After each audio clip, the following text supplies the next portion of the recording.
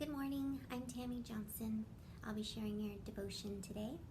Today we're going to look at the book of Habakkuk. It's a really short 3-chapter book, but it's pretty powerful and I've been learning a lot from it recently. So starting in chapter 1 verse 2, Habakkuk the prophet starts out by crying to God, "How long must I call for help, but you do not listen?" Recently I have felt definitely like that. How long have I been waiting on God to answer my prayers, or waiting on something that I've been seeking God for? Just answers to why is this happening? Why are we waiting in this time for so long? But the good news is that God is listening. And as we see in verse 5, God answers him.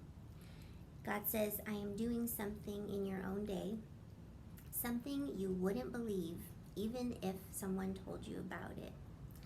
So that just brings me hope in knowing that God is still working behind the scenes. He's working on something that we can't even imagine. His ways are so much greater than our ways, and his thoughts are so much greater than our thoughts that we wouldn't even be able to imagine the things that he's currently working on for us. This is a great reminder to keep seeking him, seeking his will, to keep focusing on him as you cry out to him, instead of focusing on the things that you're waiting for, instead of imagining in your mind what his answer should look like. Focus on him, knowing that he's working, because he is always working. So what is God asking you to wait on right now? Just be patient, and like I said, focus on him and not what you're waiting on. So Habakkuk ends in chapter 3, verses 17 and 18, and he ends with a psalm.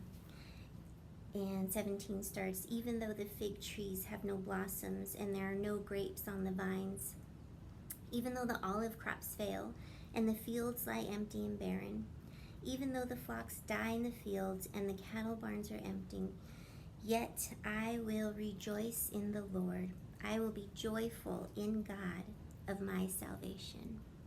So I just love after his pleas for help, and then God answers him and says, "I am working on something." Habakkuk says, "Okay, even though things look bad around me, I'm going to wait on the Lord, and I'm going to rejoice while I'm waiting." So I encourage you to do the same thing. Thanks for listening.